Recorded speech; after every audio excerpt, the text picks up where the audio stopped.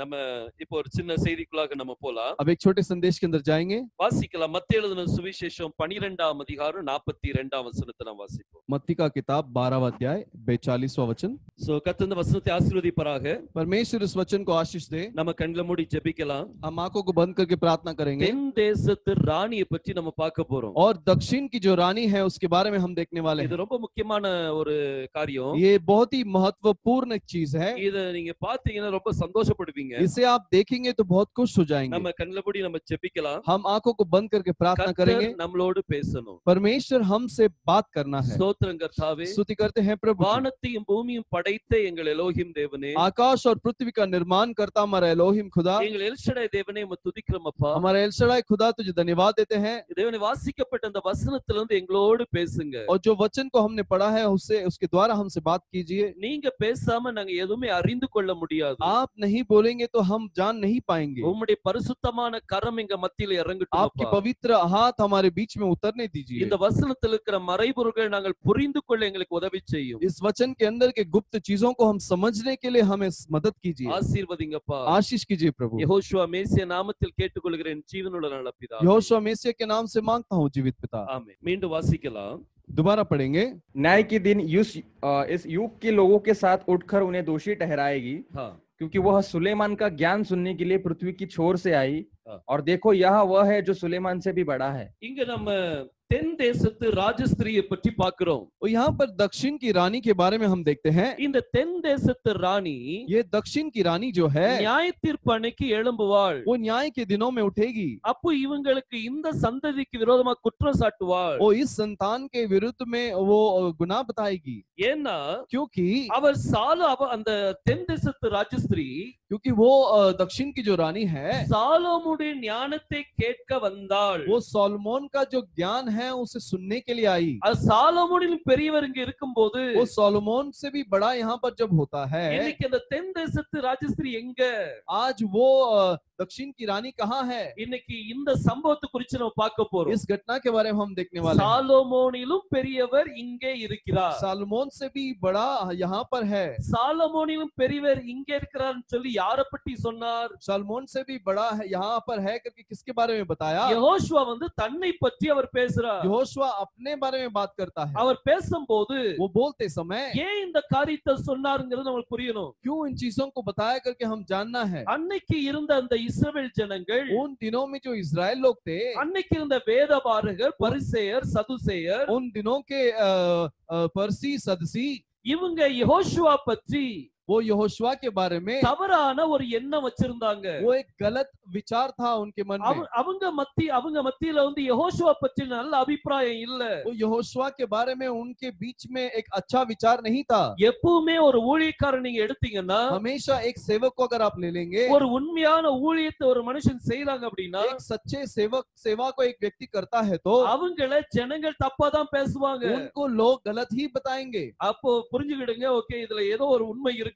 तो समझ लीजिए इसमें कोई तो सच्चाई है। இங்க யெகோஷுவா பற்றி அந்த ஜனங்கள் சொல்லும்போது, यहाँ यहोशुआ के बारे में वो लोग जो बताते थे, இவர் பிசாசின் அதிபதியினால் பிசாசுகளை துரத்துகிறார்னு சொல்லி சொன்னாங்க. ये शैतान के राजा से शैतान को भगाता है करके बोला। ஏன்னா அதுவரைக்கும் இப்படிப்பட்ட காரியத்தை பார்க்கவே இல்ல. क्योंकि तभी तक उन्होंने इस सारी चीजों को देखा नहीं था। சோ யெகோஷுவா பற்றின தப்பான ஒரு அபிப்பிராயம், तो यहोशुआ के बारे में एक गलत विचार, இந்த அபிப்பிராயம் இன்னைக்கு ஜனங்கள் மத்தியில இருக்குது. ये गलत विचार जो है आज भी लोगों के अंदर है। அதனாலதான் கர்த்தர் ஒரு தடவை சீஷர்களை பார்த்து கேட்டார், इसीलिए परमेश्वर शिष्यों को देखकर बोला, மனுஷகுமாரனை என்னை ஜனங்கள் யார் என்று சொல்லுகிறார்கள்? मैं जो मनुष्य पुत्र हूँ उसे लोग क्या कहते हैं? ஒவ்வொருத்தரும் ஒவ்வொரு அபிப்பிராயத்தை வச்சிருந்தாங்க. हर किसी के बाद अलग अलग विचार थे। ஒருத்தர் எரேமியான்னு சொன்னாங்க, एक व्यक्ति ने कहा यिर्मयाह, ஒருத்தர் இவர் தச்சனுடைய குமாரன் சொல்லி சொன்னாங்க, और किसी ने कहा कि सुतार का बच्चा है, இவர் கள்ள தீர்க்கதரிசின்னு சொல்லி சொன்னாங்க, एक झूठा भविष्यद्वक्ता बोले, யோவான் சாரன் எந்திரிச்சிட்டான்னு சொல்லி சொன்னாங்க, यूहन्ना बपतिस्मा वाला उठ गया करके बोले, பல காரியங்கள் பேசுனாங்க.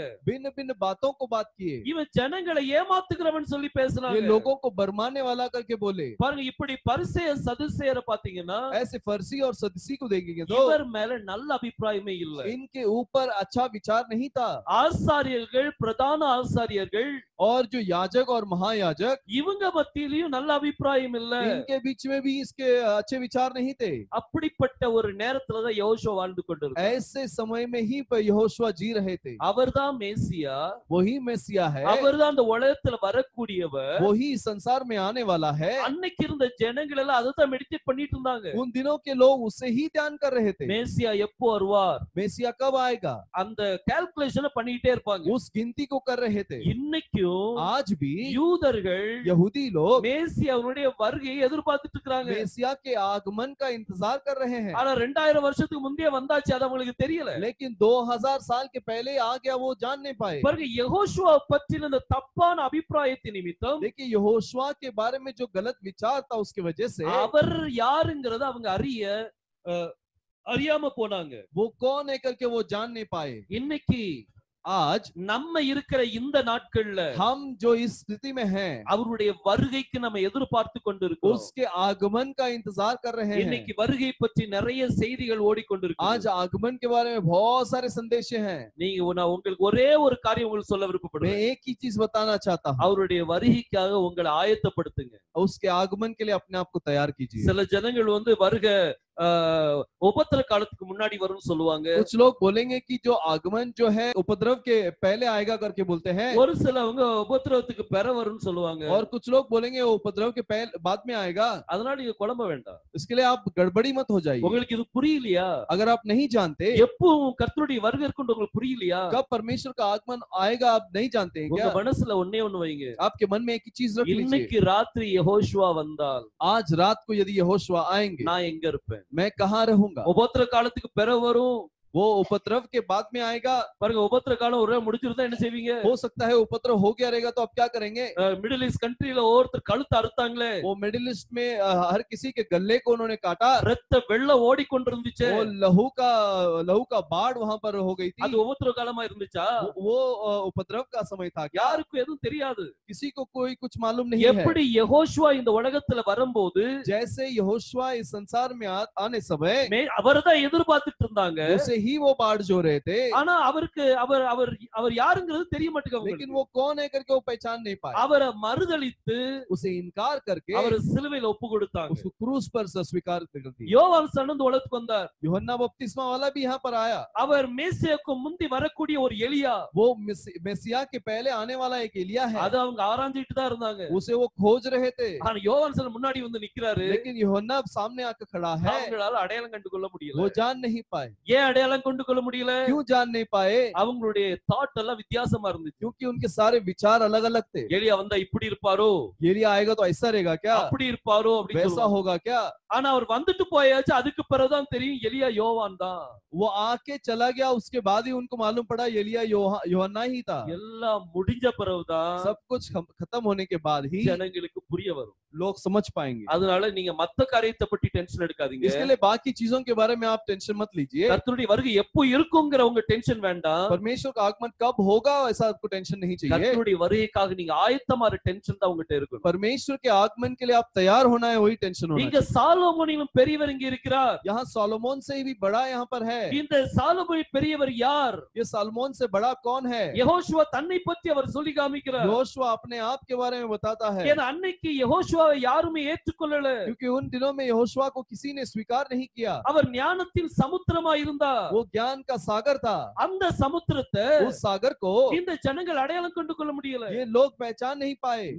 ஞானத்தின் வசனங்கள் ஒரு வாயிலிருந்து புறப்பட்டுச்சு. वो ज्ञान का वचन उसके मुंह से निकले, ஆனா ஜனங்கள் அடையாளம் கண்டு கொள்ள முடியல. लेकिन लोग उसे पहचान नहीं पाए। பாருங்க, அதனால தான் கர்த்தர் சொன்னார், इसलिए परमेश्वर ने कहा சாலோமோனின் பெரியவர் இங்க இருக்கிறார். सोलोमोन से भी बड़ा यहाँ पर है, ஆனா அவங்களால அடையாளம் கண்டு கொள்ள முடியல. लेकिन वो लोग उसे जान नहीं पाए। ஒவ்வொரு நேரத்திலையும் हर एक समय में ஒவ்வொரு நேரத்திலும் அந்த செய்தியாளனை நீங்க அடையாளம் கண்டு கொள்ளணும். वो प्रचारक को अब पहचानना है। நோவாவுடைய நாட்கள்ல नूहा के समय में நோவா தான் செய்தியாளன். नूहा ही वो प्रचारक था। நோவா கொடுத்த செய்திய नूहा ने जो संदेश दिया எத்தனை பேர் ஏற்றுக்கொண்டாங்க? कितने लोग स्वीकार किए? இந்த உலகத்துல எத்தனையோ கோடிக்கணக்கான ஜனங்கள் இருந்தாங்களே, इस संसार में बहुत कोटि कोटि लोग थे, ஆனா எத்தனை பேர் நோவாவை அவனுடைய செய்தியை ஏற்றுக்கொண்டாங்க? लेकिन कितने लोग नूहा को और उसके संदेश को स्वीकार किए? அவன் குடும்பம் மட்டும்தான். केवल उसका परिवार। கர்த்தர் அவனை பார்த்து சொன்னார், परमेश्वर ने उसे देखकर कहा, இந்த உலகத்துல உன்னை போல வேற நீதிமான் நான் பார்க்கலப்பா. इस संसार में तेरे जैसा धार्मिक जन मैंने नहीं देखा। இந்த உலகத்துல இருக்கிறவங்களை பார்க்கலாம் அவன் நீதிமானா இருந்தான். इस संसार में जो है उनसे भी वो धर्मी था। பாருங்க இன்னைக்கு நம்மளுடைய நிலைமை என்ன? आज हमारा क्या परिस्थिति है? அன்னைக்கு இருந்த ஜனங்கள் उन दिनों में जो लोग थे நோவாவையும் அடையாளம் கண்டு கொள்ளல, नोआ को भी नहीं पहचान पाए, நோவாவுடைய செய்தியும் புரிஞ்சு கொள்ள முடியும். नोआ के संदेश को भी जान नहीं पाए। மோசஸுடைய நாட்கள் வந்தது, मूसा के समय आया, மோசஸ் ஒரு செய்தி கொடுத்தார், मूसा ने एक संदेश दिया, மோசஸ் அடையாளம் கண்டு கொண்ட கொஞ்சம் ஜனங்கள் இருந்தாங்க, और मूसा को जो जान गए थे कुछ लोग थे, ஒரு சில ஜனங்கள் அவருடைய செய்தி அறிந்து கொண்டாங்க, कुछ लोग उसके संदेश को समझ गए। அவங்க எல்லாருமே அவங்க வீட்டின் நிலைக்கால்கள ரத்தம் பூசினாங்க, वो सभी लोग अपने घरों के आंगन में लहू लगाए। அவங்க மட்டும் மோசையை நம்பல, தீர்க்கதரிசி மோசஸை நம்பலன்னு வைங்க, अगर वो भविष्यवक्ता मूसा को नहीं विश्वास किए होते, அப்ப அவங்க நிலைக்கால்கள் ரத்தத்தை பூசிருக்க மாட்டாங்க. तो अपने आंगन में उन्होंने लहू नहीं लगाया होता। ஒரு செய்தியாளனை நீங்க அடையாளம் கண்டு கொண்டுட்டீங்கன்னா, एक प्रचारक को अगर आप जान लेंगे, என்ன சொன்னாலும் கீழ்ப்படிஞ்சிருங்க, जो भी बोलता है उसको पालन कीजिए, ஏன்னா அது அவங்க பேசல, क्योंकि वो नहीं बोलते हैं, அது கர்த்தர் அவங்க மூலமா பேசுறாங்க, நம்பிக்கை வரணும். परमेश्वर उनके द्वारा बोलता है करके विश्वास आना चाहिए। ஒவ்வொரு நேரத்திலையும் கர்த்தர் செய்தியாளனை அனுப்புறார், हर एक समय में परमेश्वर प्रचारक को भेजता है। எரேமியாவுடைய நாட்கள்ல எரேமியா தான் தீர்க்கதரிசியா இருந்தார், यिर्मयाह के समय में यिर्मयाह ही भविष्यवक्ता था, ஆனா யாருமே அவனை அடையாளம் கண்டு கொள்ளலையே, कोई भी उसे पहचान नहीं पाए। அவன் தான் தீர்க்கதரிசின்னு சொல்லி யாராவது அடையாளம் கண்டு கொண்டாங்களா? वही भविष्य नबी है करके किसने पहचाना क्या? மீகாயாவுடைய நாட்கள்ல मीका के समय में நிறைய பேர் நினைச்சாங்க ஜெதேக்கியா தான் பெரிய தீர்க்கதரிசி, बहुत सारे लोगों ने सोचा कि ज़िदकिय्याह ही बड़ा भविष्यवक्ता है। 400 தீர்க்கதரிசி அவன் லீடரா இருந்தான், वो 400 भविष्यवक्ता का वो लीडर था, அவன் தான் அந்த நேரத்துக்குள்ள செய்தியாளன் वही उस समय का प्रचारक था, அப்படின்னு நினைச்சாங்க. ऐसे सोचे। ஆனா தேவன் வேற யாரையோ வச்சிருந்தார், लेकिन परमेश्वर किसी और को रखे, அவன்கிட்ட கூட்டம் கிடையாது, उसके पास गर्दी नहीं था, அவன் வேற அவனுடைய பேச்சை நம்புறதுக்கு ஆட்கள் இல்ல, उसकी बातों को मानने के लिए लोग नहीं थे, ஆனா அவன் பேசுனது கர்த்தர் காமிச்சதை மட்டும்தான் பேசினான், लेकिन परमेश्वर ने जो दिखाया वही वो बोला, கர்த்தருடைய வார்த்தையை மாத்திரம் தான் பேசினான், परमेश्वर का नाम केवल वो बात किया। இன்னைக்கு உங்க செய்தியாளனை சிந்திச்சு பாருங்க, आज आपके प्रचारक के बारे में सोचिए, இந்த நேரத்துக்குள்ள செய்தி என்ன, इस समय का क्या संदेश है, இந்த நேரத்துக்குரிய செய்தியாளன் யார், इस समय का प्रचारक कौन है, இது அடையாளம் கண்டு கொண்டீங்கன்னா इसे आप जान लेंगे तो கர்த்தர் நிச்சயமா உங்களை ஆசீர்வதிப்பார். परमेश्वर जरूर आपको आशीष देगा। இப்போ இந்த தென் தேசத்து ராஜஸ்திரியை பார்க்கலாம், अब ये दक्षिण की राज स्त्री को रानी के बारे में देखेंगे। இந்த ராணியை பற்றி கர்த்தர் சொல்லும்போது इस रानी के बारे में जब परमेश्वर कहता है, இந்த தென் தேசத்து ராஜஸ்திரி யார், ये दक्षिण की रानी कौन है? தென் தேசத்துல ஷீபா அப்படிங்கிற ஒரு தேசம் இருந்துச்சு, दक्षिण में शिबा करके एक देश था, அந்த ஷீபா நாட்டு ராணியை தான் அங்க குறிப்பிடுறார், वो शिबा देश की रानी को ही वहां पर बताता है। இந்த தென் தேசத்து ராஜஸ்திரி அப்படிங்கிற வார்த்தைக்கு ये जो दक्षिण की रानी जो शब्द है, அதுக்கு ஹீப்ரு மொழியில என்ன சொல்வாங்க அப்படின்னா, इब्रानी भाषा में क्या कहते हैं? மல்காத் தேமான், मलकात तेमान, மல்காத் मलकात தேமான், तेमान, மல்காத் அப்படின்னா ராணி, मलकात कहने से रानी, தேமான் அப்படின்னா தென் தேசம் அப்படி சொல்லி அர்த்தம், तेमान करके तेमान जो है वो दक्षिण देश करके बोला जाता है, சவுத் அர்த்தம், वो दक्षिण करके मतलब है। அது ரொம்ப முக்கியமான ஒரு வார்த்தை பத்துடுங்க, वो बहुत महत्वपूर्ण बात है। இந்த தேமான் அப்படிங்கிற அந்த வார்த்தைக்கு ये तेमान जो शब्द है, அதுல மொத்தம் 4 எழுத்துக்கள் வரும், उसमें 4 अक्षर आता है। அதுல முதல் எழுத்து வந்து தாவ், पहला अक्षर ताव है। முதல் எழுத்து என்னது? पहला अक्षर क्या है? தாவ். ताव। எழுதுறவங்க நீங்க எழுதிடுங்க, जो लिखना चाहते हो लिख लीजिए। சோ முதல் எழுத்து தாவ், तो पहला अक्षर ताव है, இரண்டாவது எழுத்து வந்து யோத், और दूसरा जो है योद। முதல்ல தாவ், पहला ताव, இரண்டாவது யோத், दूसरा योद, அதுக்கு பிறகு மெம், उसके बाद मेम, ஓகே மெம் வரும், उसके बाद मेम आएगा, நாலாவது வந்து நூன் சோஃபித், और चौथा जो है नून सोफित। இந்த 4 எழுத்து சேர்ந்தது தான் தேமான், इस 4 अक्षर मिलकर ही उसको तेमान बोला जाता है। இதுல நீங்க முதல் எழுத்து தாவ நீங்க எடுத்தீங்கன்னா इसमें अगर ताव को निकाल दिए तो அதுக்கு அர்த்தம் வந்து யாமீன் அப்படின்னு சொல்லி வரும், उसका मतलब आएगा यामीन। யாமீன் அப்படின்னா வலது கரம் அப்படின்னு சொல்லி அர்த்தம், यामीन का मतलब है दाहिना हाथ। எதுக்கு வலது கரம்? क्यों दाहिना हाथ? சிலுவைக்கு வலது கரம், क्रूस का दाहिना हाथ। ஓகே தாவுனா என்னது? ताव का मतलब क्या है? தாவு வந்து கிராஸ். ताव जो है क्रूस है। சரி, இப்போ இந்த சவுத்துக்கு வந்து நான் இன்னொரு மீனிங் உங்களுக்கு காமிக்க போறேன். ये दक्षिण का और एक मतलब मैं बताना चाहता அது हूँ। ரொம்ப ரொம்ப முக்கியமான ஒரு மீனிங். वो बहुत महत्वपूर्ण अर्थ है। அதுல உங்களுக்கு நிறைய வித்தியாசங்கள் நீங்க பாப்பீங்க. उसमें बहुत सारे फर्क आप देखेंगे। அதான் டீகோடிங் வந்து ரொம்ப ரொம்ப முக்கியமான ஒரு காரியம். तो डिकोडिंग जो है बहुत ही महत्वपूर्ण चीज है। இந்த தேமான் அப்படிங்கிற அந்த வார்த்தைக்கு ये तेमान जो शब्द है, பாருங்க நான் உங்களுக்கு ஸ்ட்ராங் டெஃபினிஷன் வந்து எடுத்து காமிக்கிறேன். मैं स्ट्रॉन्ग डेफिनेशन में से आपको निकाल के दिखाता அப்ப हूँ। அது உங்களுக்கு புரியறதுக்கு ஈஸியா तो இருக்கும். आप समझने के लिए आपको आसान होगा। இந்த தேமான் அப்படிங்கிற வார்த்தைக்கு மீனிங் கொடுத்திருக்காங்க. ये तेमान जो शब्द है उसका मतलब दिया गया है being on the right hand of a person, और किसी के दाहिने हाथ के बाजू में रहना। being on the right hand of a person, किसी व्यक्ति के दाहिने हाथ पर रहना, and that for a person और वो व्यक्ति facing towards the east. और वो पूरब की ओर देखता है। சோ அவருடைய முகம் எந்த பக்கம் திரும்பி இருக்குது? वो उसका चेहरा कौन से तरफ है? அந்த ஒரு மனிதன், அந்த மனிதனுடைய முகம் வந்து ஈஸ்ட் பக்கமா திரும்பி இருக்குது. और एक व्यक्ति पूरब की ओर देखता है, அவருடைய வலது பக்கம் और उसका दाहिना बाजू। இத நான் என்ன சொல்றேன்னு சொல்லி உங்களுக்கு புரிஞ்சிருக்குமா என்னன்னு தெரியல. मैं क्या बोलता हूँ समझे होंगे कि नहीं पता नहीं। ஒரு மனிதன் இருக்கிறார், एक व्यक्ति है, அவர் வெஸ்ட் பக்கமா பார்க்கல, पश्चिम की ओर नहीं देखता, அவர் ஈஸ்ட் பக்கமா பார்க்கிறார். वो पूरब की ओर देखता है। அவருடைய வலது பக்கம் அப்படின்னு சொல்லி அர்த்தம். उसका दाहिना बाजू करके मतलब அவருடைய है வலது பக்கத்துல நிக்கிறது அப்படின்னு சொல்லி அர்த்தம். उसके दाहिने हाथ पर खड़ा है, इसका मतलब है। சோ தேமான் அப்படிங்கிறதுல तेमान जो चीज है, ஒரு மனிதன் வராரு. அந்த மனிதன் யார்? एक व्यक्ति आता है, वो कौन है? சிலுவையில் தாவுல அடிக்கப்பட்டவர் யார்? वो क्रूस में मारा गया वो व्यक्ति कौन है? மேசியா அடிக்கப்படுறார். मेसिया मारा गया। அவர் ஈஸ்ட் பக்கமா பார்க்கறாராம். वो पूरब की ओर देखता है। சவுத் பத்தி பேசுறாரு, वो दक्षिण के बारे में बात करता है, ஈஸ்ட் பத்தி அவர் ஈஸ்ட் பக்கம் பார்க்கிறார். लेकिन वो पूरब की ओर देखता है। ஈஸ்ட் பக்கம் பார்த்துட்டு இருக்கிறவர் பக்கத்துல पूरब की ओर जब देखता है उसके बाजू में, அவருடைய ரைட் ஹேண்ட்ல நிக்கிறோம் நம்ம, और उसके दाहिने बाजू में हम खड़े हैं। யார் நிக்கிறா? कौन खड़ा है? ஒரு ராணி நிக்கிறா. एक रानी खड़ी है, அதுதான் தென் தேசத்து ராணி. वही दक्षिण देश की रानी है। இன்னைக்கு சிலுவையின் வலது பக்கத்துல நம்ம இருக்க கற்றுக்கொள்ளுங்க. आज क्रूस के दाहिने बाजू में रहने के लिए सीख लीजिए। சிலுவையில் இருக்கிறவர், और जो क्रूस पे है, அவர் எந்த பக்கம் பார்த்துட்டு இருக்கிறாரா? वो किसकी तरफ देख रहा है? ஈஸ்ட் பக்கமா பார்த்துட்டு वो இருக்கிறார். पूरब की ओर देख रहा है। எத்தனை பேருக்கு புரிஞ்சிருக்குன்னு தெரியல. कितने लोग समझ में आता है मुझे मालूम नहीं। நான் ஒரு முக்கியமான காரியத்தை குறித்து பேசிட்டு இருக்கிறேன். मैं एक बहुत महत्वपूर्ण बात बता रहा हूँ। யெகோஷுவா ஈஸ்ட் பக்கமா பார்க்கிறார். यहोशुआ पूरब की ओर देखता है। ஏன் ஈஸ்ட் பக்கமா பார்க்கிறார்? क्यों पूरब की ओर देखना? அவர் ஈஸ்ட் பக்கமா பார்த்துட்டு वो पूरब की ओर देखकर அவர் சவுத்துடைய ராணியை பத்தி பேசுறாரு. वो दक्षिण की रानी के बारे में बात करता அப்ப है। இந்த ஈஸ்டுக்கும் சவுத்துக்கும் ஏதோ ஒரு கனெக்ஷன் இருக்குது. तो ये पूरब और दक्षिण का कोई तो का संबंध है। இதுல ஏதோ ஒரு ரகசியத்தை கர்த்தர் வைத்திருக்கிறார். इसके अंदर कोई तो गुप्त बात को परमेश्वर ने रखा है। இன்னைக்கு வலது பக்கத்துல இருக்க நம்ம என்ன செய்யணும்? आज दाहिने बाजू में हम जो है, हम क्या करना है? ஈஸ்ட் பக்கமா பார்த்துட்டு இருக்கிறவரை பார்த்துக்கிட்டு இருங்க. जो पूरब की ओर देख रहा है उसे देखो। கண்டிப்பா செய்தியில இருக்கிறவங்க நல்லா जो புரிஞ்சிருக்கும். संदेश के अंदर है उनको अच्छे से मालूम होगा। சரி, இப்போ இந்த தென் தேசத்து ராணி ஸ்திரியை பத்தி பார்க்கலாம். अब ये दक्षिण के रानी के बारे में हम देखेंगे। பாருங்க 1 ராஜா 10ஆம் அதிகாரம், पहला राजा 10वां अध्याय, அதுல 1ஆம் வசனத்தை நம்ம வாசிக்கலாம். उसमें पहले वचन को हम पढ़ेंगे। जब शीबा की रानी हाँ। यहोवा के नाम के विषय सुलेमान की कीर्ति सुनी, तब वो कठिन कठिन प्रश्नों से उसकी परीक्षा करने को चल पड़ी। இங்க ஷீபா நாட்டு ராணி, यहाँ शीबा देश की रानी।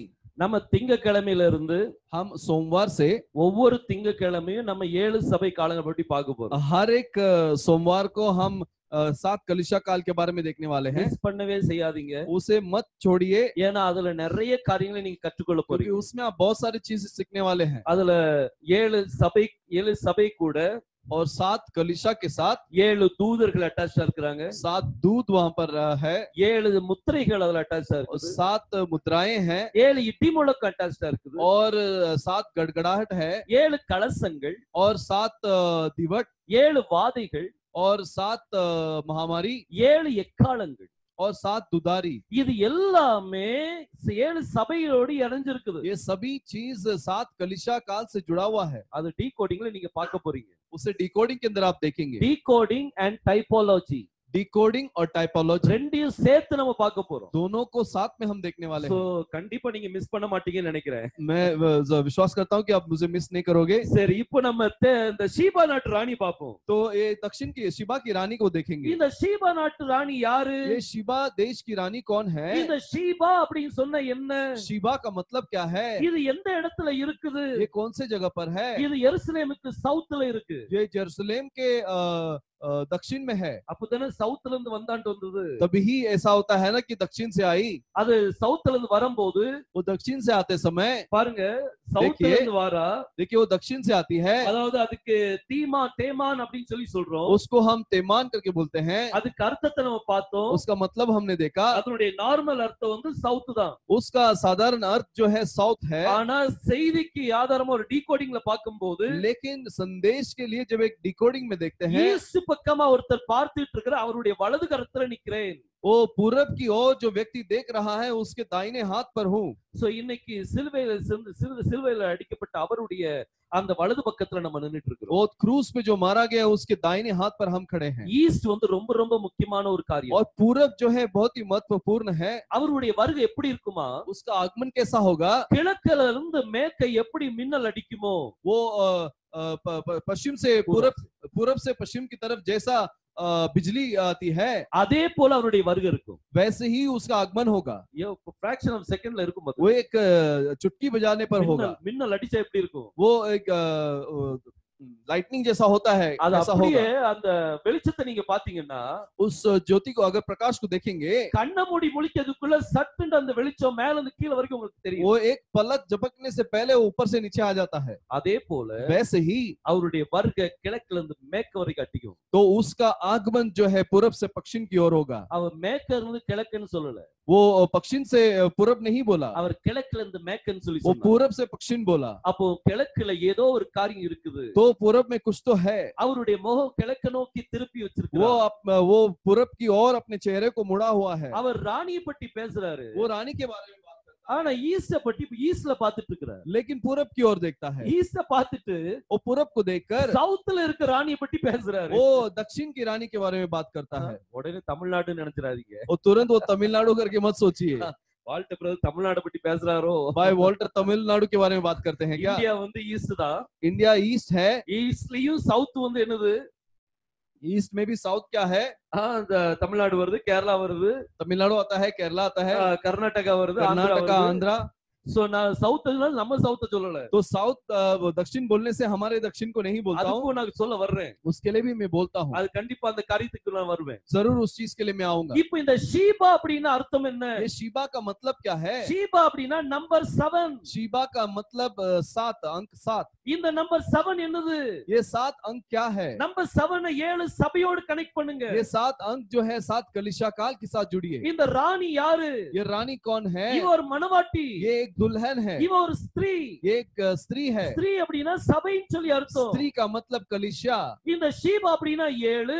शीबा का मतलब 7। சோ 7 சபையின் மத்தியில இருக்கக்கூடிய ஒரு மணவாட்டி. और 7 कलीसिया में रहने वाली एक दुल्हन। இந்த மணவாட்டியை பத்தி தான் பேசிட்டு இருக்கிறார். इस दुल्हन के बारे में ही बोलते हैं। இந்த ஷீபா நாட்டு ராணி, ये शीबा देश की रानी, இவ இப்ப சாலமோனுடைய ஞானத்தை பற்றி கேள்விப்படுறா. ये सोलोमोन के ज्ञान के बारे में सुनती है। பாருங்க 2 நாளாகமம் देखिए दूसरा इतिहास 9ஆம் அதிகாரம் 9 अध्याय, அதுல நம்ம 6ஆம் வசனத்தை வாசிங்க. उसमें 6वें वचन को पढ़ेंगे। பைபிள் சொல்லுது, देखिए कलाम कहती है, இங்க சீபா நாட்டு ராணி சொல்றா, यहाँ शीबा देश की रानी कहती है, நான் வந்து मैं आकर அதை என் கண்களால் காணும் மட்டும் मेरे आंखों से देखने तक அவள் வார்த்தைகளை நம்பவில்லை. उसके वचनों को विश्वास नहीं किया। சோ இந்த எருசலேம்ல இருந்து ஜனங்கள் ஷீபா நாட்டுக்கு திரும்பும்போது, जेरूसलेम से लोग शीबा देश की ओर लौटते समय, ஏன்னா ஷீபா நாட்டுல வந்து நல்ல நல்ல ड्रेस मटेरियल्स கிடைக்கும். क्योंकि शीबा देश में जो है अच्छे अच्छे कपड़े मिलते हैं। நிறைய அந்த பெர்ஃப்யூம்ஸ் எல்லாம் நல்லா கிடைக்கும். और अच्छे इत्र मिलती है। சோ அது அங்க வியாபாரிகள் போவாங்க. तो ऐसे यहाँ से व्यापारी लोग जाते हैं। போயிட்டு ரிட்டர்ன் வரும்போது जाकर दोबारा लौटते समय சாலமோனுடைய ஞானத்தை பற்றி ரொம்ப புகழ்வாங்க. सोलोमन का ज्ञान के बारे में बहुत बड़ाई करते हैं। இந்த எருசலேம்ல இருக்கிற அந்த ராஜா சாலமோன், ये यरूशलेम में जो सोलोमन राजा है, அவர் இப்படிப்பட்ட ஞானமான காரியத்தை செய்திருக்கிறார். वो ऐसे बुद्धि के कामों को किया है। இப்படி அவர் சொல்லும்போது ऐसे बोलते समय இது ஷீபா நாட்டு ராணி காதுல விழுந்துச்சு. ये शिबा देश के रानी के कानों में गिरा। அதுக்கு பிறகு அவர் என்ன செய்ய ஆரம்பிச்சா தெரியுமா? उसके बाद वो क्या करने लगी? யாரெல்லாம் எருசலேமுக்கு போயிட்டு வந்தாங்களோ जो जो यरूशलेम जाकर आए, அவங்க எல்லார்கிட்டயும் சாலமோனை பத்தி பேச ஆரம்பிச்சா. उन सभी के पास सोलोमन के बारे में बात करने लगी। சாலமோனுடைய ஞானத்தை கேட்க ஆரம்பிச்சா. सोलोमन के ज्ञान के बारे में सुनने लगी। ஆனா அவளுக்கு நம்பிக்கை வரல. लेकिन वो विश्वास नहीं कर पाई। அப்படி இருக்குமா? ऐसा होगा क्या? அப்படி நடக்குமா? ऐसा होगा क्या? அவளுக்கு நம்பிக்கை இல்ல. वो नहीं विश्वास कर ஆனா पाई। என்னைக்கு இந்த ஷீபா நாட்டு ராணிக்கும் சாலமோனுக்கு ஒரு என்கவுண்டர் ஆச்சோ, लेकिन जब शिबा देश की रानी और इस सोलोमन का एनकाउंटर हुआ, அப்பதான் அவன் நம்புனா பத்துடுங்க. तब ही वो विश्वास की। அப்ப அவ சொல்றா, तब उसने कहा, உம்முடைய பெரிய ஞானத்தில் और तेरी बड़ी बुद्धि में பாதியாகிலும் அவர்கள் எனக்கு அறிவிக்கவில்லை. आधा भी उन्होंने बताया नहीं। சோ இவனுக்கு இருந்த அந்த ஞானத்துல और इसके पास जो बुद्धि थी, பாதி ஞானத்தை கூட அவங்களால சொல்ல முடியல. वो आधा बुद्धि भी वो लोग बता नहीं पाए। அதே மாதிரி நம்ம யெகோஷுவோட ஞானத்தை वैसे ही हमारे यहोशुआ के बुद्धि को 1% கூட நம்மளால சொல்ல முடியாது.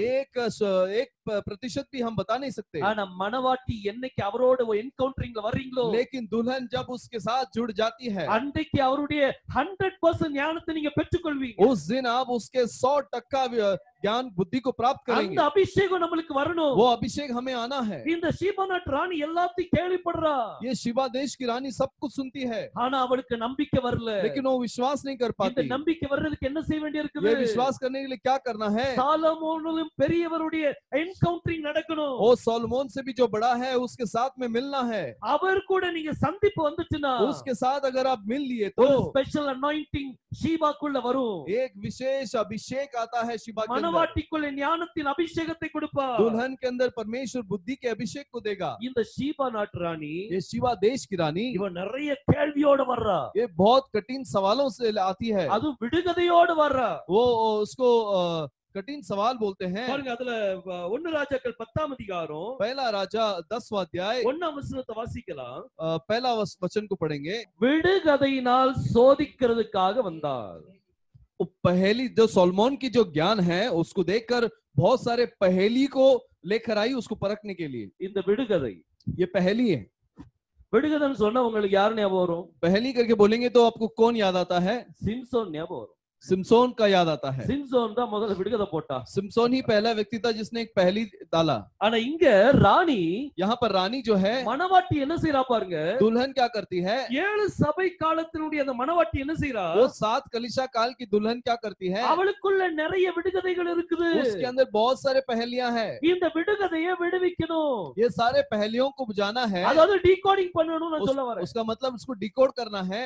ஹார்ட் நிறைய ஹார்டான क्वेश्चंस இருக்குது. बहुत कठिन प्रश्न है, அது எல்லாத்தையும் டீகோடிங் பண்ணனும். वो सारे चीजों को डिकोड करना है। இவ மனசுல கேள்வியோட வர்றா. इसके मन में पूरे प्रश्न के साथ आती है। கேள்வியோட வரும்போது वो प्रश्न के साथ आते समय சாலமோன் அவளுடைய எல்லா கேள்விக்கும் பதில் கொடுத்தார். और सोलोमन जो है उसके सारे पहेलियों को उसने सुझा दिया। இன்னைக்கு உங்களுக்கு என்ன கேள்வி மனசுல இருக்குது? आज आपके मन में क्या प्रश्न है? எல்லா கேள்விக்கும் பதில் அவர்தான். सारे प्रश्न का उत्तर वही है। சாலமோனிலும் பெரியவர் நம்ம மத்தியில் இருக்கிறார். सोलोमन से भी बड़ा हमारे बीच में है। யெகோஷுவா நம்ம மத்தியில் இருக்கிறார். यहोशुआ हमारे बीच में है। அன்னைக்கு தென்தேசத்து ராணி ஸ்திரீ, उस दिन में दक्षिण की रानी இவருடைய ஞானத்தை கேட்ட உடனே इसके बुद्धि को सुनने के बाद அவளால் அந்த அந்த அந்த அந்த தேசத்துல இருக்க முடியல. वो उस देश में रह नहीं पाई।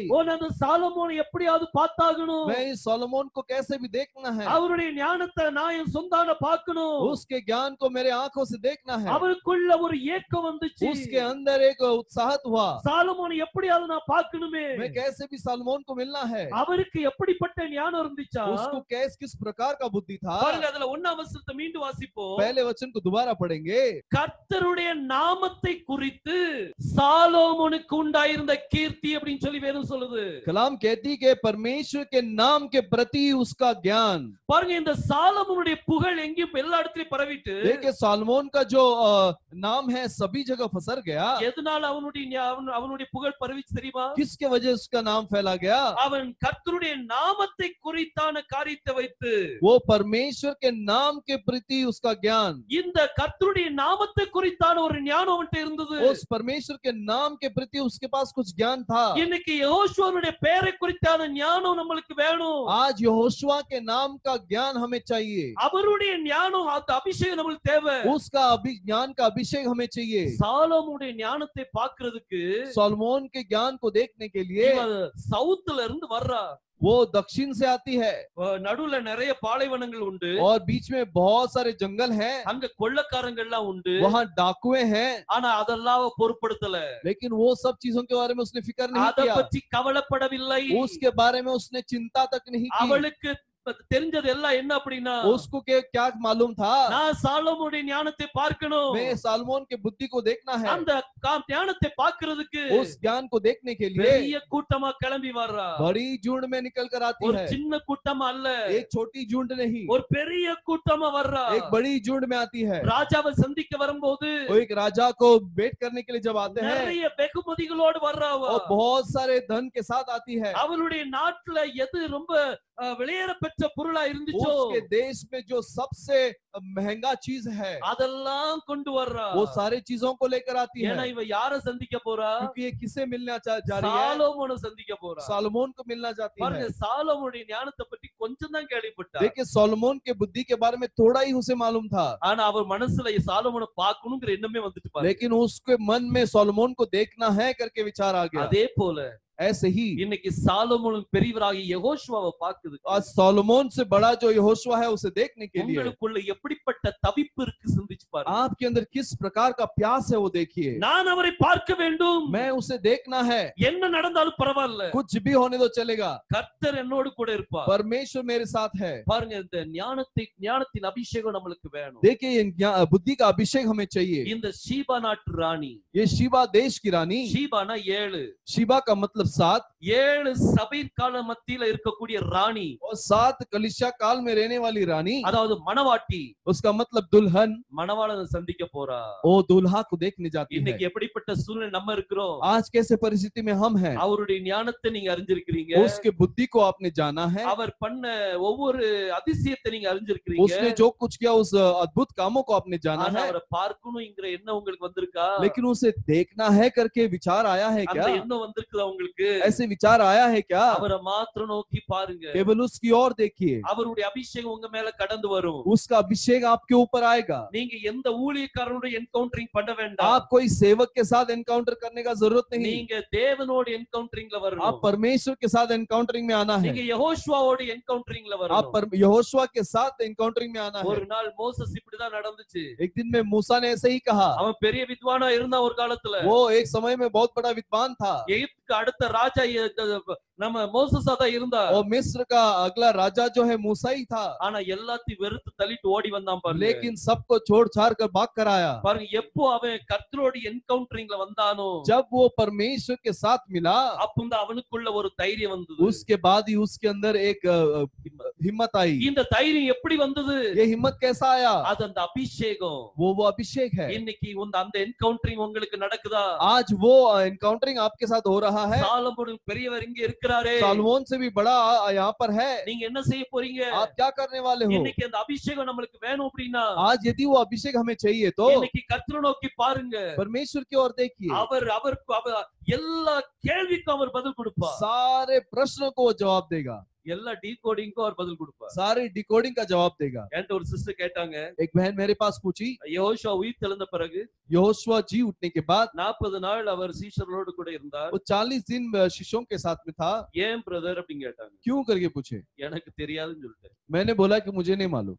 பைபிள்ல தான் எழுதி இருக்குது. वो कलाम में ही लिखा गया है। அவர் தம் உயிருள்ளவர் என்று உறுதிப்படுத்த அவர் இருந்தார். वो अपना मैं जी उठा करके मैं स्थिर करने के लिए वहां पर था। ஒருவேளை அவங்க கேட்ட கேள்வி எனக்கு எப்படி இருந்துச்சு, ऐसा लगा होगा मुझे उसका उनका प्रश्न, அது ஆவிக்குரிய அர்த்தம் என்னன்னு கேட்டிருக்காங்க. वो आत्मिक मतलब क्या है करके उन्होंने पूछा। தெரியாதுன்னு சொல்லியாச்சுன்னா நல்லது, தப்பிச்சுக்கிட்டோம். अगर जो मालूम नहीं है उसे मालूम नहीं करके बोल देंगे तो बच जाएंगे। தெரியும்னு நினைச்சு தெரிஞ்ச மாதிரி சொன்னோன்னு வைங்க, अगर जो मालूम नहीं उसे मालूम है करके बोल के जैसा मालूम है जैसा बात किए तो அப்ப மாயம் மாலம் பண்றேன்னு அர்த்தம். तो उसका मतलब हम फंसा रहे हैं। சோ அப்படி காரியம் நடக்க கூடாது. ऐसा नहीं होना। இன்னைக்கு எப்படி நம்ம வாழ்க்கை இருக்குன்னு பாருங்க. आज हमारा जीवन कैसा है देखिए। சாலமோனுடைய ஞானத்தை பார்க்க ஓடி வந்தா பாருங்க, सोलोमन के बुद्धि को देखने के लिए और दौड़ कर आई। பாருங்க அதுல 1 ராஜாக்கள் 10ஆம் அதிகாரம் और पहला राजा 10वां अध्याय 3ஆம் வசனத்தை வாசிங்க. तीसरे वचन को हम पढ़ेंगे। பாருங்க பைபிள் சொல்லுது, देखिए कलाम कहती है सोलोमन सीबा नाट रानियोட எல்லா கேள்விக்கும் பதில் கொடுத்தான். और शिबा देश के रानी के सारे प्रश्नों का जवाब दिया। ஒரு கேள்வி கூட ரிமைனிங் இல்ல, कोई भी प्रश्न बच नहीं गया। அந்த ஷீபா நாட்டு ராணிக்கு எந்த கேள்வியும் மனசுல இல்ல இப்போ. और शिबा देश के रानी के मन में कोई भी प्रश्न नहीं है। எல்லா கேள்விக்கும் பதில் கிடைச்சிட்டு, सारे प्रश्नों का उत्तर मिल गया। சாலமோனே இப்படி செய்ய முடியும்னா, अगर सालोमोन ऐसा कर सकता है तो சாலமோனினும் பெரியவர் என்னன்னா செய்ய முடியும். सालोमोन से बड़ा क्या क्या कर सकता है। உங்களுக்கு ஒரு கேள்வி இருக்குன்னா, अगर आपके मन में कोई प्रश्न है तो நீங்க வேற யார்கிட்டயும் கேட்க வேண்டாம், और किसी से मत पूछिए, யெகோஷுவாட்ட கேளுங்க. यहोशुआ से पूछिए। சாலமோனிலும் பெரியவர் இங்க இருக்கு. सोलोमन से भी बड़ा यहाँ पर है। இன்னைக்கு எத்தனையோ டாக்டரின்ஸ் வெளிய நடமாடி, आज बहुत सारे डॉक्ट्रिन्स बाहर है। எல்லா கேள்விகளால் நிறைஞ்சிருக்கிறோம். सब प्रश्नों से हम जो जकड़े हुए हैं। சாலமோனிலும் பெரியவர்ட்ட கேளுங்க, सोलोमन से बड़ा जो है उससे पूछिए, அவர் உங்க எல்லா கேள்விக்கும் பதில் கொடுப்பார். वो सभी प्रश्नों का उत्तर देगा। ஆனா அவர் பதில் கொடுக்கும்போது, लेकिन वो जब जवाब देगा உங்களுக்கு நம்பிக்கை வரணும். आपको विश्वास आना चाहिए। நம்பிக்கை இல்லாம எதுவும் செய்ய முடியாது. विश्वास के बिना हम कुछ भी नहीं कर பாருங்க सकते। இந்த ஷீபா நாட்டு ராணி, देखिए शिबा देश की रानी, அவ பாருங்க அவளுடைய ஸ்டேட்மெண்ட்ட பாருங்க. देखिए उसका जो वाक्य है वो देखिए। 6ஆம் வசனத்தை வாசிக்கலாம்। 6वें वचन को देखिए। उसने राजा से कहा, तेरे कामों और बुद्धिमानी की जो कीर्ति मैंने अपने देश में सुनी थी वह सच्ची है। பாருங்க சொல்றா பாருங்க, देखिए कहती है இவ தன்னுடைய தேசத்துல கேட்ட அந்த கீர்த்தி அது உண்மையாயிற்று. और इसने अपने देश में जो उसके बारे में उसकी कीर्ति सुनी वो सच था।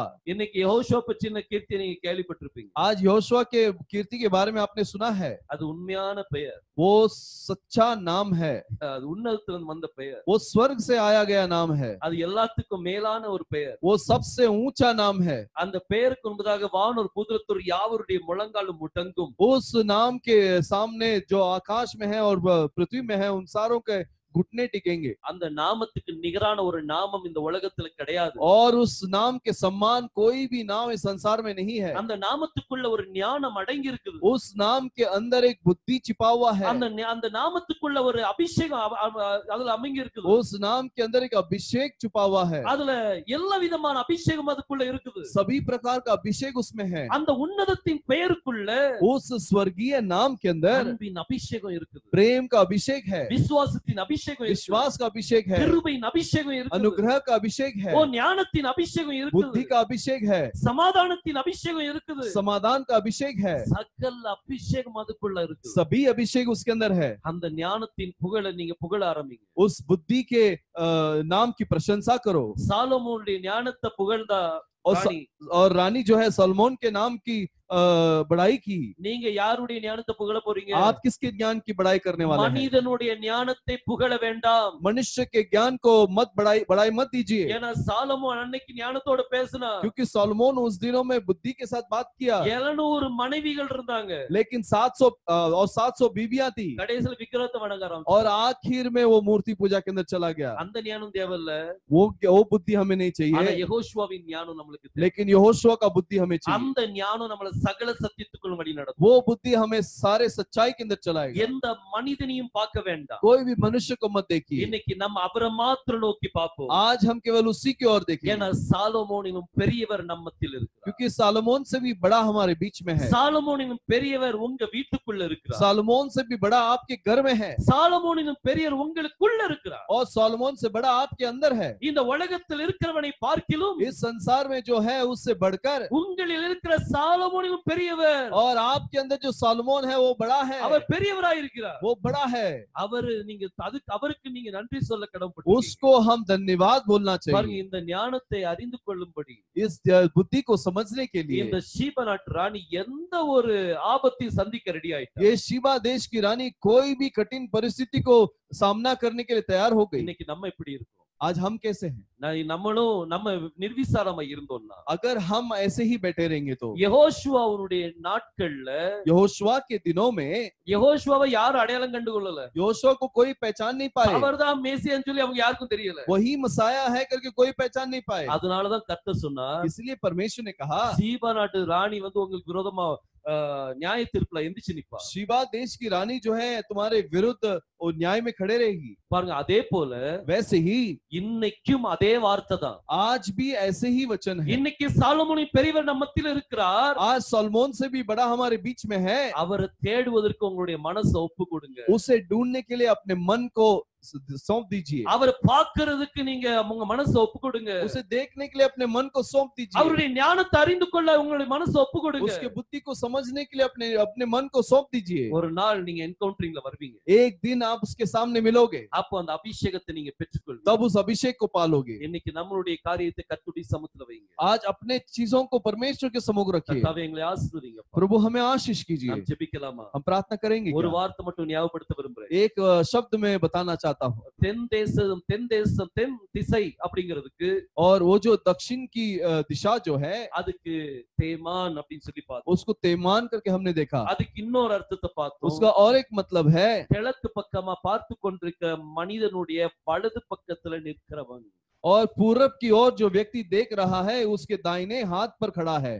சோ சிந்திச்சு பாருங்க. सोच कर देखिए, இந்த நான் சொன்ன இந்த ஸ்டேட்மென்ட் தியானிங்க. मैंने जो बोला हो उस चीज को आप ध्यान कीजिए। கர்த்தர் நிச்சயமா உங்களை ஆசீர்வதிப்பார். परमेश्वर जरूर आपको आशीष நாம் देगा। ஜெபிக்கலாமா? हम प्रार्थना करेंगे क्या? தலையை தாழ்த்தி நம்ம ஜெபிக்கலாம். सरों को झुकाकर हम प्रार्थना करेंगे। வானத்தையும் பூமியும் படைத்த எங்கள் எலோஹிம் தேவனே, आकाश और पृथ्वी का निर्माण करता हमारे எங்கள் एलोहिम, எல்ஷடாய் தேவனே நம்ம துதிக்கிறோம். हमारे एल शडाई खुदा तुझे धन्यवाद देते हैं। எத்தனையோ பேர் கர்த்தாவே அற்புதங்களை பெற்றாங்க. और कितने लोग अद्भुत को पाए प्रभु, ஆனா யாருமே யெகோஷுவாவை தேடி வரல. लेकिन कोई भी यहोशुआ को ढूंढ कर नहीं आए। எவ்வளவோ அற்புதமான ஞானமான வார்த்தைகளை வசனித்தார். और कितने बुद्धि के बातों को और बुद्धि के कामों को किया, அப்படி இருந்தும் ஜனங்கள் உம்மை பார்க்க வரலப்பா. तो भी लोग तुझे देखने के लिए नहीं आए प्रभु। எல்லாரும் வந்தாங்கன்னா சாப்பிட்டு திருப்தியானதுனால வந்தாங்க. सब जन आए तो खाकर तृप्त होने के लिए आए, ஆனா நீர் வார்த்தையை சொல்லும்போது எல்லாரும் ஓடிட்டாங்க. लेकिन तू जब शब्द बोले तो सब जन भाग गए। இது கடினமான வார்த்தையா இருக்குது. ये बहुत कठिन शब्द है, இது புரிய மாட்டேங்குது. ये नहीं समझ में आती। எல்லாரும் ஓடிட்டாங்க. सभी लोग भाग गए। தேவனே, அதே போல वैसे ही இன்னைக்கு இருக்கிற இந்த உலகம் இப்படிதான் இருக்கப்பா. ये संसार भी वैसे ही है प्रभु। கர்த்தாவே, ஒவ்வொருத்தரையும் தாழ்த்தி உம்முடைய கரத்தில் प्रभु हर किसी को नम्र करके तेरे हाथ में दे दे। ஒவ்வொருத்தருக்கும் ஞானத்தினால் நிரப்புங்க. हर किसी को बुद्धि से भर दो। உம்முடைய என்கவுண்டரிங் ஒவ்வொருத்தருக்கும் நடக்கட்டும் ராஜா. आपका आप सभी लोग आपके साथ मिलने के लिए आने दो। இந்த காலத்துக்குரிய செய்தியையும் इस समय के संदेश को भी அதனுடைய செய்தியாளனையும் அடையாளம் கண்டு கொள்ள और प्रचारक को समझने के लिए நீர் ஒவ்வொருத்தருக்கும் கிருபை பாராட்டு. आप हर किसी को अनुग्रह कीजिए, ஆசீர்வதியும் வழி நடத்தும். आशीष कीजिए, चलाइए। யெகோஷுவா